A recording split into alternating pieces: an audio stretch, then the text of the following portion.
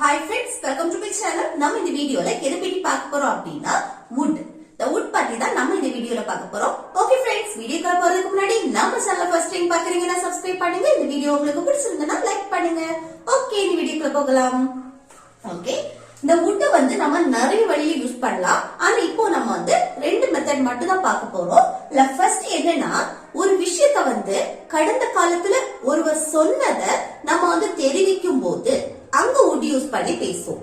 Okay, அவர் வந்து கடந்த காலத்துல சொல்லி இருப்பாரு, ஆனா அந்த விஷயம் என்னது ஃபியூச்சர்ல தான் நடக்கும். இப்ப பாருங்க, அவர் அங்க போவேன்னு சொன்னாரு. அப்போ அவர் சொன்னாரு, ஆல்ரெடி கடந்த காலத்துல சொல்லிட்டார். ஆனா ஃபியூச்சர் மெயின் பண்ணி தான் அவர் அந்த விஷயத்த நான் வந்து ஃபியூச்சர்ல இத பண்ண போறேன், இத செய்ய போறேன், அங்க போக போறேன் அப்படின்னு ஃபியூச்சரை மெயின் பண்ணி தான் கடந்த காலத்துல அவர் சொல்லியிருப்பாரு. ஓகே, இப்படி கடந்த காலத்தில் ஒருவர் சொன்னதை நம்ம தெரிவிக்கும் போது அங்க would யூஸ் பண்ணி பேசுவோம். ஓகே, ஆனா கடந்த காலத்துல அவர் சொன்னது என்னது ஃபியூச்சரை மெயின் பண்ணி தான், எதிர்காலத்தை பற்றி தான் அவர் சொல்லியிருப்பாரு. சரி, இப்படி அப்போ இதோட ஸ்ட்ரக்சர் பார்க்கலாம். ஃபர்ஸ்ட் என்னன்னா சப்ஜெக்ட். இப்போ அவர் சொன்னார், அவர் சொன்னார்ங்கிறது கடந்த காலத்துல சொல்லியிருப்பார் தானே, அதுதான் நம்ம ஃபர்ஸ்ட் எடுக்கணும். ஃபர்ஸ்ட் சப்ஜெக்ட், அடுத்து verb. verb வந்து be2 ஃபார்ம்ல இருக்கும், அதாவது பாஸ்ட் ஃபார்ம்ல இருக்கும். அது செட் முடிஞ்சா அடுத்து என்னன்னா சப்ஜெக்ட் would, அடுத்து verb. verb பிரசன்ட் ஃபார்ம்ல இருக்கும். இப்போ would வந்தாச்சுனாலே, woodங்கிறது ஒரு மாடல் verb தானே, would வந்தாலே verb எப்பவுமே என்னது பிரசன்ட் ஃபார்ம்ல தான் இருக்கும். சரியா? அப்போ நம்ம வந்து ஃபியூச்சரை மெயின் பண்ணி பேசினாலும் அங்க நம்ம வந்து கடந்த காலம் would தான் யூஸ் பண்ணணும். சரியா? இப்போ கடந்த காலத்தில் ஒருவர் சொன்னத, அது வந்து என்னது எதிர்காலத்தை பற்றி தான் சொல்லியிருப்பாரு. எதிர்காலத்தில் நான் இத பண்ண போறேன் அப்படின்னு. அப்ப எதிர்காலத்தை பற்றி சொன்னாலும் அங்க என்ன யூஸ் பண்ணணும், நம்ம கடந்த கால இதான் யூஸ் பண்ணி பேசுவோம். அங்க would யூஸ் பண்ணி பேசுவோம். சரியா? அப்போ ஃபர்ஸ்ட் ஒன் பார்க்கலாமா? எக்ஸாம்பிள், அவர் அங்க போவேன்னு சொன்னாரு. அப்ப அவர் சொன்னாரு. ஓகே, அவர் சொன்னாரு அப்படின்னு சொல்லும்போது ஃபர்ஸ்ட் என்ன he, அவர் அப்படிங்கிறது he. அடுத்து என்ன வரணும் verb. verb என்ன ஃபார்ம்ல இருக்கணும் be2. அப்ப சொன்னாரு, சொல்றதுக்கு இங்கிலீஷ்ல say, அதோட past said. Okay, he said, அவர் சொன்னார். ஓகே, என்ன சொன்னாரு, அவர் அங்க போவேன்னு. அவர் ஃபியூச்சரை மெயின் பண்ணி தான் பேசுறோம். ஆனா என்ன இங்க நம்ம would, woodங்கிறது கடந்த காலம், பாஸ்ட் பத்தி நம்ம பேசும்போது யூஸ் பண்றது. அப்ப கடந்த காலத்தில் அவர் அங்க போவேன்னு சொன்னாரு. அப்ப இங்க எப்படி எழுதணும், ஃபர்ஸ்ட் சப்ஜெக்ட் அவர் he, அடுத்து என்ன would, அதுக்கப்புறம் verb. verb என்ன அங்க போவேன்னு, போறதுக்கு இங்கிலீஷ்ல go. verb present ஃபார்ம்ல தான் இருக்கும். சரியா? அடுத்து அங்க, அங்கனா the. ஓகே, அப்போ அவர் அங்க போவேன்னு சொன்னாரு அப்படின்னு சொல்றதுக்கு எப்படி சொல்லலாம், he said he would go there. he said he would go there. Okay, next, அப்பா அங்க போவேன்னு சொன்னாரா, நம்ம क्वेश्चनா கேக்குறோம். அப்பா வந்து அங்க போவேன்னு சொன்னாரா அப்படின்னு. இது எப்படி கேட்கலாம் பாருங்க, கடந்த காலத்தில் பாஸ்ட் பத்தி நம்ம क्वेश्चन கேக்குறோம் அப்படின்னா அங்க did யூஸ் பண்ணி தான் கேட்போம். ஓகே, அப்ப did ஃபர்ஸ்ட் எழுதணும். அடுத்து என்ன வரணும் சப்ஜெக்ட். சப்ஜெக்ட் என்ன அப்பா தானே சொல்லியிருக்காரு, சோ dad. அடுத்து என்ன வரணும் verb. அப்பா அங்க போவேன்னு சொன்னாரா, சொல்லக்கூடிய say. சொல்றதுக்கு இங்கிலீஷ்ல என்னது say. ஆனா இங்க வந்து நம்ம வந்து என்னன்னா பாஸ்ட் பத்தி பேசுறோம், இங்க said ன்னு எழுதிட கூடாது, say. verb present ஃபார்ம்ல தான் எழுதணும். ஏன்னா இங்க did வந்திருக்கு. did வந்தாலே verb எப்பவுமே present ஃபார்ம்ல தான் இருக்கும். சரியா? அதனால நீங்க வந்து அதுல said ன்னு எழுதிட கூடாது, say தான் present ஃபார்ம்ல தான் எழுதணும் verb. அடுத்து என்ன வரணும், அடுத்த செட் எடுக்கிறோம். அப்பா, அப்பாவை திரும்பவும் நம்ம மென்ஷன் பண்ணும்போது, ஓகே, திரும்பவும் மென்ஷன் பண்ணும்போது அங்க நம்ம அவருக்கு he கொடுக்கணும். சரியா? டாட்ங்கிறது ஹீயா மாறும். அம்மான்னு எழுதுறீங்கன்னா அது ஷீயா மாறும். சரியா? இதே இது ஒரு நேம் மென்ஷன் பண்றீங்கன்னா அது மேல்னா he, ஃபீமேல்னா she. ஓகே, அப்ப he போட்டாச்சு. அடுத்து என்ன போடணும் would, அதுக்கப்புறம் verb. verb என்ன அங்க போவேன்னு, போறதுக்கு இங்கிலீஷ்ல go. அடுத்து அங்கேன்னு சொல்லும்போது there. அப்போ அப்பா அங்க போவேன்னு சொன்னாரா அப்படின்னு கேட்கும்போது எப்படி கேட்கலாம்? Did dad say he would go there? Did dad say he would go there? Okay. Next, அப்பா அங்க போக மாட்டேன்னு சொன்னாரு. நம்ம நெகட்டிவ்ல சொல்றோம் பாருங்க, அப்பா அங்க போக மாட்டேன்னு சொன்னாரு. ஓகே, இத எப்படி எழுதலாம்? அப்பா சொன்னாரு. என்ன? Dad. அடுத்து said. பாஸ்ட் ஃபார்ம்ல தானே இருக்கு. அப்ப sayயோட பாஸ்ட் said. Dad said. அப்பா சொன்னாரு. என்ன சொன்னாரு? அப்பா அங்க போக மாட்டேன்னு. அப்பா திரும்ப சொல்லும்போது he வரும். அடுத்து என்ன வரணும்? போக மாட்டேன்னு நெகட்டிவ்ல இருக்கு. சோ நம்ம இங்க wouldn't சேர்க்கணும்.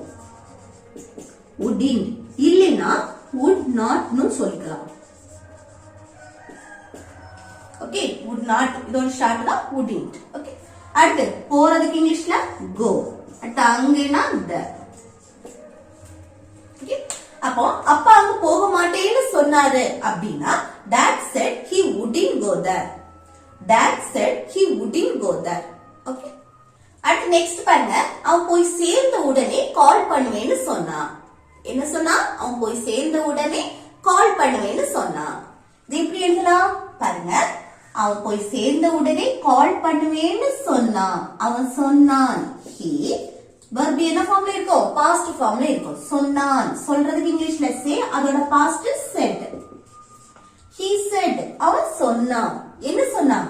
கால் பண்ணுவேன்னு. ஓகே, அப்ப எப்படி எழுதணும்? he போட்டு சப்ஜெக்ட் போட்டு அவன் தானே சொன்னான். சோ திரும்ப he போட்டு அடுத்து என்ன எழுதணும்? would. அடுத்து கால் பண்ணுவேன்னு கால். ஓகே, அப்ப கால் பண்ணுவேன்னு சொன்னா அப்படின்னு சொல்றதுக்கு he said he would call. he said he would call. Okay, அடுத்து எப்போ? அவன் போய் சேர்ந்த உடனே. ஒரு நிகழ்வு நடந்த உடனே இன்னொன்னு நடக்கிறது. அப்போ ரெண்டு நிகழ்வு இருக்கும். ஒரு நிகழ்வு நடந்த உடனே இன்னொன்னு அப்படின்னு சொல்லும் போது அந்த உடனே அதுக்கு as soon as. Okay, as soon as ஒரு நிகழ்வு நடந்த உடனே இன்னொன்னு நடக்கிறது. அதுக்கு தான் as soon as, அந்த உடனே அதுக்கு. சரியா? உடனே என்ன? அவன் போய் சேர்ந்த உடனே. ஓ, he போய் சேர்றதுக்கு reach, அதோட past reached. ஓகே, அப்ப அவன் போய் சேர்ந்த உடனே கால் பண்ணுவேன்னு சொன்னா அப்படின்னு சொல்றதுக்கு எப்படி சொல்லலாம்? he said he would call as soon as he reached. Okay, he said he would call as soon as he reached. அடுத்து நான் அதை செய்வேன்னு சொல்லவே இல்லை. நம்ம சொல்லுவோம்ல, நான் அதை செய்வேன்னு சொல்லவே இல்லை. சொல்லவே இல்லை ஒரு அழுத்தம் கொடுக்கிறோம் பாருங்க. சொல்லவே இல்லை, ஒருபோதும் சொல்லவே இல்லைன்னா ஒருபோதும் சொல்லல அப்படின்னு அர்த்தம். ஓகே, ஒருபோதும் இல்லை. அப்ப இது எப்படி எழுதணும்? ஃபர்ஸ்ட் சப்ஜெக்ட், நான் அதை செய்வேன்னு சொல்லவே இல்லை. அப்போ நான் ஐ. அடுத்து சொல்லவே இல்லைன்னு சொல்லும் போது நெவர், நெவர் போட்டு அடுத்து சொல்றதுக்கு இங்கிலீஷ்ல say, அதோட past said. Okay, I never said அப்படின்னா நான் சொல்லவே இல்லை, நான் ஒருபோதும் சொல்லல அப்படின்னு அர்த்தம். சரியா? அடுத்து நான் அதை செய்வேன்னு திரும்பவும் சப்ஜெக்ட், அடுத்து would போடணும். அடுத்து நான் அதை செய்வேன்னு verb, செய்யறதுக்கு இங்கிலீஷ்ல do. அதேன்னு சொல்லும் போது இட்னு சொல்லிக்கலாம், இல்ல தட்னு சொல்லிக்கலாம். சரியா? அப்ப நான் அதை செய்வேன்னு சொல்லவே இல்லை அப்படின்னு சொல்றதுக்கு எப்படி சொல்லலாம்? I never said I would do it. I never said I would do it. Okay. அடுத்து நெக்ஸ்ட் பாருங்க, அவ வருவான்னு நான் நினைச்சேன். நம்ம சொல்றோம்ல, அவ வருவான்னு நான் நினைச்சேன். அடுத்து அவ வருவான்னு நான் நினைக்கிறேன். அதுக்கு அடுத்து அவன் அதை சொல்லுவான்னு நான் நினைச்சேன். இப்படி நம்ம நினைத்ததை, பாஸ்ட் கடந்த காலத்துல நம்ம நினைச்சத நம்ம சொல்லும் போது, ஒரு விஷயத்தை பற்றி கடந்த காலத்துல நம்ம நினைச்சிருப்போம், அத நம்ம சொல்லும் போது, ஆனா அந்த விஷயம் என்னது? எதிர்காலத்தை நோக்கி இருக்கும். ஓகே, எதிர்காலத்தை பற்றி நம்ம கடந்த காலத்துல நினைச்சத நம்ம சொல்லும் போது. ஓகே, அப்போ அவ வருவான்னு நான் நினைச்சேன். இதையும் இந்த ஸ்ட்ரக்சர் யூஸ் பண்ணி தான் நம்ம பேசுவோம். சரியா? அப்போ நான் நினைத்தேன் அப்படின்னா ஃபர்ஸ்ட் நான் சப்ஜெக்ட் ஆயி அடுத்து என்ன வரும் நினைக்கிறதுக்கு திங்க் அதோட past thought okay I thought நான் நினைத்தேன் நான் நினைச்சேன் என்ன நினைச்சேன் அவ வருவான்னு அப்போ அவ வருவான்னு அதுக்கு சப்ஜெக்ட் போடணும் she ஓகே அடுத்து would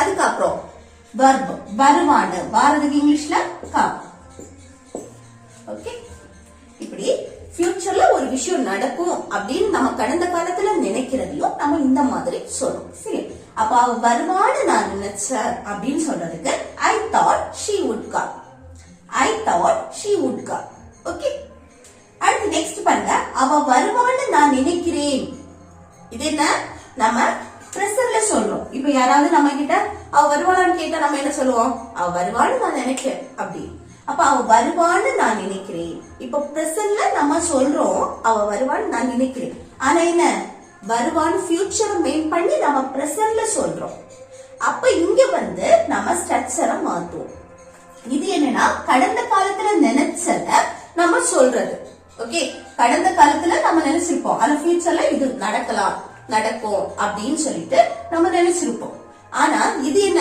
பிரசன்ட்ல இப்போ நம்ம நினைக்கிறோம் ஃபியூச்சர்ல இது நடக்கும் அப்படின்னு சொல்லிட்டு அவ வருவான்னு நான் நினைக்க அவ அங்க போவான்னு நான் நினைக்க அவ அதை சொல்லுவான்னு நான் நினைக்க அவ அதை கேட்பான்னு நான் நினைக்க இப்படி ஓகே அப்போ பிரசன்ட்ல நினைக்கிறோம் அது என்னது ஃபியூச்சரை மெயின் பண்ணி சொல்றோம் அப்ப இங்க வந்து நம்ம ஸ்ட்ரக்சரை மாத்தணும் சப்ஜெக்ட் இங்க என்னது verb present ஃபார்ம்ல இருக்கும் அடுத்து திரும்ப சப்ஜெக்ட் வரும் இங்க would-க்கு பதில் will வரும் ஃபியூச்சரை மெயின் பண்ணி பேசுறதுக்கு அடுத்து verb வந்து present ஃபார்ம்ல தான் இருக்கும் அப்போ நான் நினைக்கிறேன் பிரசன்ட்ல தானே சொல்றேன் நினைக்கிறேன் அப்போ I think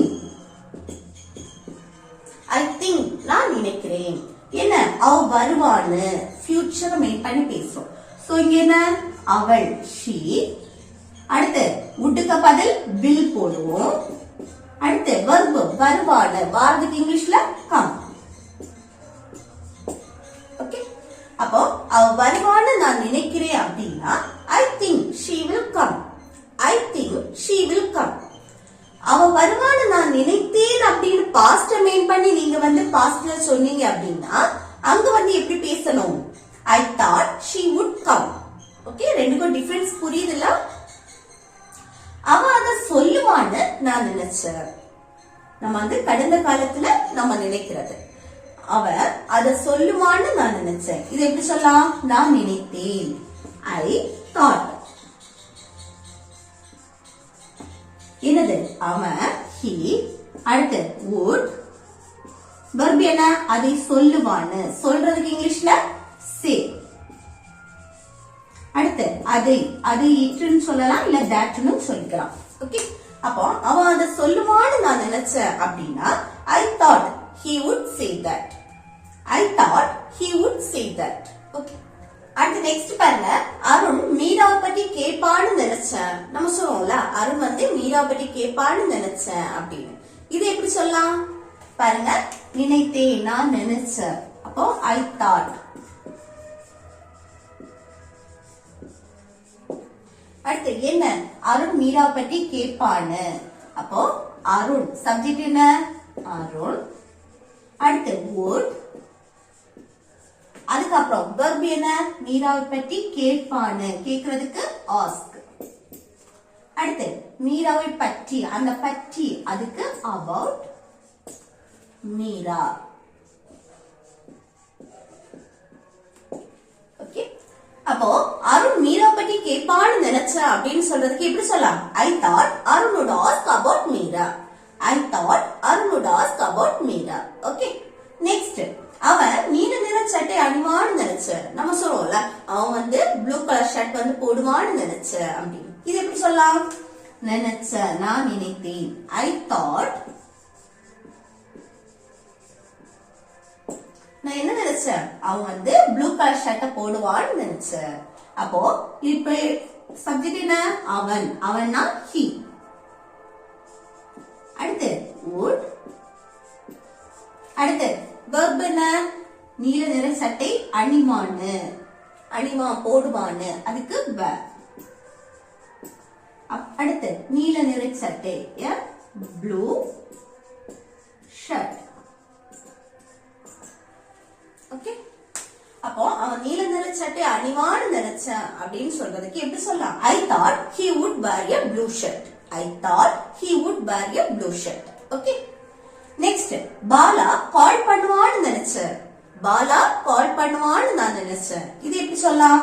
இது எப்படி சொல்லலாம்னு கமெண்ட் பாக்ஸ்ல கமெண்ட் பண்ணுங்க. ஓகே ஃப்ரெண்ட்ஸ், இந்த வீடியோ உங்களுக்கு யூஸ்ஃபுல்லா இருக்குன்னு நினைக்கிறேன். யூஸ்ஃபுல்லா இருந்துச்சுன்னா இந்த வீடியோக்கு லைக் பண்ணுங்க, உங்க ஃப்ரெண்ட்ஸ்க்கு ஷேர் பண்ணுங்க. ஓகே.